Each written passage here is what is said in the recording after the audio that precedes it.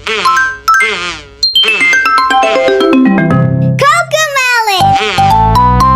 when we were still changing for the better, wanting was enough. For me, it was enough to live for.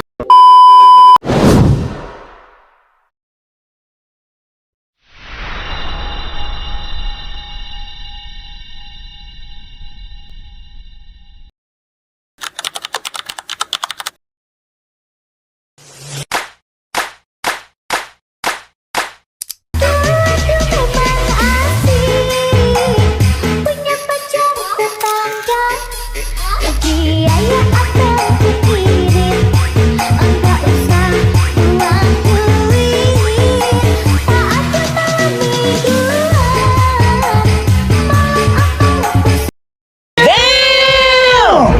Dan kita ini tinggal perhitungan kebutuhan bagi secara untuk setiap batang tarik tekan diagonal diagonalnya vertikalnya gentengnya jadi menurut kayak mana materi kita itu udah dikasih sama ibu kita kerjain aja dulu pakai cara ibu Ya, kita tengok aja tapi video coba ya boleh sih yuk kita mulai Yuk, coba yuk. Karya. Tengok di sign semua tadi ya coba kita cari juga ya di YouTube coba tahu ada mana ya yang kemarin? yang ini HP siapa weh? HP ku mau nelpon Ntar ya, aku oke Oke. Waalaikumsalam mak kenapa ya mak? Hah? Bocor? Apanya yang bocor? Kamu yang jujur ya? Bocor halus. Kok berhenti kau bocor? Ya Allah. Kita tanya dia kan. Iya, kita lanjut aja dulu. Jadi yang mana tadi ya?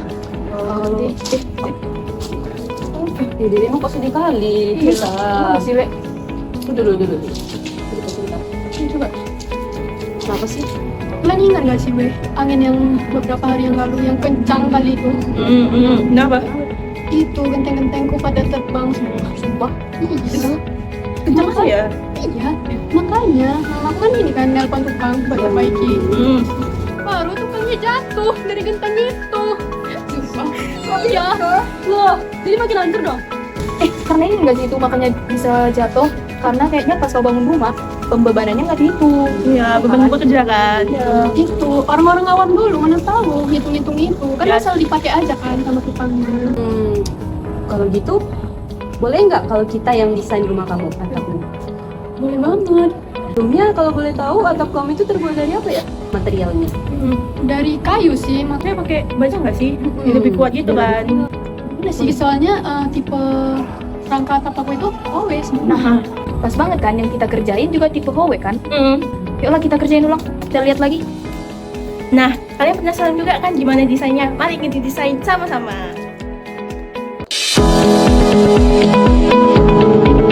Ada 5 langkah mendesain truss. Langkah yang pertama adalah modeling truss. Tipe truss yang kami gunakan adalah tipe how dengan lebar 12 meter dan panjang ke belakang 21 meter. Profil yang kami gunakan adalah siku tunggal, mutu baja 41, mutu plat penyambungnya itu 37. Dan tumpuan yang kami gunakan adalah sendi roll. Serta gording yang kami gunakan adalah kanal tunggal dengan jarak per gording 1,8 meter. Nah, yang kedua yaitu adalah pembebanan. Di sini kami menggunakan metode LRFD yang dimana kami mengasumsikan ada 4 jenis beban, yaitu adalah beban angin, beban hidup, beban hujan, dan beban mati. Nah, dari metode LRFD ada 7 kombinasi dari pembebanannya itu adalah, dan yang kami ambil adalah yang paling terbesar yaitu adalah Langkah yang ketiga adalah analisis struktur, di mana kami menggunakan bantuan software SAP 2000 untuk menganalisis strukturnya, di mana kami memasukkan 7 kombinasi pembebanan dan yang dipilih adalah yang paling maksimum, kemudian menghasilkan gaya tarik dan tekan pada masing-masing batangnya. Ada 3 kategori batang yang dihasilkan adalah batang vertikal, horizontal, dan diagonal. Nah, sebelum kita melanjutkan ke langkah yang keempat, kita perlu membutuhkan data dari langkah yang kelima kali ini. Langkah yang kelima, kita akan mendesain kebutuhan sambungan bautnya. Nah, yang akan kami perkirakan di sini itu hanya 1 join saja, yaitu di A1 dan B7, batang tarik dan batang tekannya. Dengan mutu baja 41.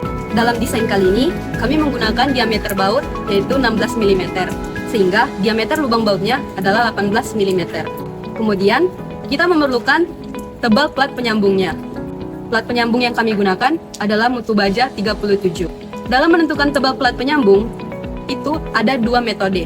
Nah, metode yang pertama itu ada cross shielding dan yang kedua tuh rupture. Jadi kita perlu menghitungkan dari setiap batangnya. Kemudian diambil yang terbesarnya. Karena pada desain kali ini kami menggunakan profil siku tunggal, maka tipe plat penyambung kami merupakan single shear joint. Tahanan bautnya. Nggak kedengaran. Oh iya udah. Lanjut besok ya. Few moments later.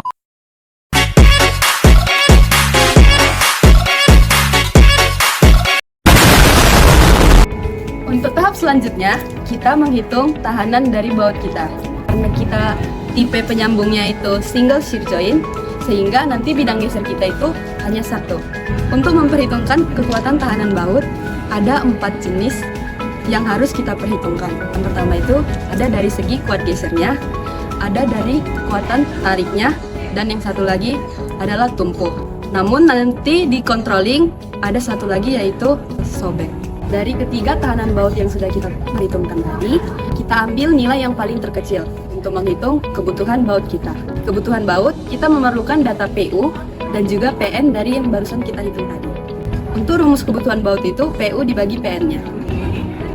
Selanjutnya, konfigurasi baut. Ada 4 syarat yang disebutkan pada SNI 1729/2020 pasal J3. Yang pertama ada spasi minimum. Yang kedua ada spasi maksimum. Lalu ada jarak tepi minimum. Dan ada jarak tepi maksimum. Berikut adalah hasil konfigurasi baut ini. Nah, selanjutnya kita akan mengkontrol kekuatan sambungan. Yang di sini kita menghitung tarik dan tekan. Untuk tarik, kita menghitung kekuatan lele dan fraktur. Yang dimana dari kedua hasil ini kita ambil yang paling terendah. Nah, untuk mengkontrolnya kita menggunakan geser blok. Yang dimana hasil dari geser blok ini harus lebih besar daripada nilai terendah yang kita ambil antara lele dan fraktur tadi. Yang kedua yaitu adalah tekan, yang dimana tekan ini tidak perlu diperhitungkan karena tidak berpengaruh dari jumlah baut yang direncanakan.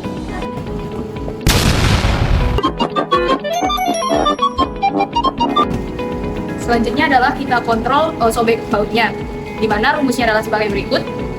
Kemudian untuk LC-nya kita perhitungkan ada 2 kali, di mana yang pertama adalah ini, yang kedua adalah ini, dan kemudian kita pilih nilai yang paling kecil. Dan kekuatan sobeknya itu harus lebih besar daripada nilai kekuatan sambungan yang kita perhitungkan sebelumnya. Artinya perencanaan kita sudah cukup dan tidak perlu direncanakan ulang lagi. Kebutuhan bautnya bisa kita cek ulang karena kita sudah mengetahui nilai PN dari bajanya, di mana rumusnya sebagai berikut. Hasil yang menggunakan PU tadi masih memenuhi dengan kita menggunakan PN bajanya. Artinya kita tidak perlu merencanakan ulang lagi. Nah, selanjutnya yaitu adalah menghitung kelasingan batang. Untuk menghitungkan kelasingan batang, kita menggunakan rumus ini. Nah, dari rumus ini kita dapat menyimpulkan bahwa batang kami merupakan batang non-langsing. Karena kami merupakan siku tunggal, maka kita menggunakan pasal E5. Kita dapat menyimpulkan bahwa batang kami merupakan batang non-langsing, maka kita menggunakan pasal E3. Yang kedua, yaitu adalah menghitung badan tekan, yang dimana batang tekan ini ada vertikal dan diagonal. Nah, selanjutnya kita menghitung nilai kelangsingan batang, yang dimana rumusnya yaitu adalah L per Rx itu ada 2, yaitu adalah lebih kecil dari 80 dan lebih besar dari 80. Karena nilai kami termasuk nilai lebih kecil dari 80, maka LC per R-nya harus lebih kecil dari 200. Dan hasilnya kami menghasilkan lebih kecil dari 200, maka batang kami termasuk batang yang aman. Yang ketiga yaitu adalah menghitung tekuk elastis, yang dimana kita menggunakan rumus ini. Yang keempat yaitu adalah menghitung tegangan kritis, yang dimana terdapat ada 2 rumus, yaitu adalah ini dan ini. Untuk perhitungan kami kita menghitung yang pertama. Yang kelima yaitu adalah menghitung kuat tekan, yang dimana kita menggunakan rumus ini. Nilai PN harus lebih besar dari PU. Dari perhitungan kami, PN lebih besar dari PU dan struktur kami dapat menahan beban tekan. Begitu juga dengan batang diagonalnya. Nah, untuk langkah yang keempat, kita perlu menghitung kekuatan batang tekan dan batang tarik. Untuk memperhitungkan kekuatan batang tarik dan tekannya, kami menggunakan profil siku tunggal dan BJ 41. Sehingga nanti luas dari brutonya bisa dibaca melalui tabel profil baja. Untuk batang tarik, ada 3 jenis tipe keruntuhannya. Yang pertama, tipe keruntuhan leleh, kita bisa menggunakan rumus PS sebagai berikut. Yang kedua adalah tipe keruntuhan fraktur, di mana kita memerlukan nilai dari luas neto, faktor shear lag, dan luas efektifnya, sehingga nanti bisa dimasukkan ke dalam rumus sebagai berikut. Untuk tipe keruntuhan yang terakhir yaitu adalah geser blok. Berikut gambar pola keruntuhan geser blok kami. Nah, pada geser blok ini kita memerlukan nilai dari luas dari neto akibat geser dan luas neto akibat dari tarik, luas bruto akibat dari geser dan UBS-nya, sehingga nanti bisa dimasukkan ke dalam rumus PN sebagai berikut. Dari 3 tipe keruntuhan yang sudah kita hitung tadi, kita pilih nilai PN yang paling kecil. Kemudian yang terakhir, kita perlu mengecek kembali apakah nilai PN kita sudah lebih besar dari nilai PU kita. Dan punya kami itu sudah memenuhi. Berarti struktur kami sudah oke. Oh iya, aku ada ngerti ini yang kita hitung semalam itu loh, tuh yang antapnya. Coba-coba dilihat. Nah, Udah pas. Kita tunggu Saiman aja datang. ya kan? Mana ya? Mana ya dia?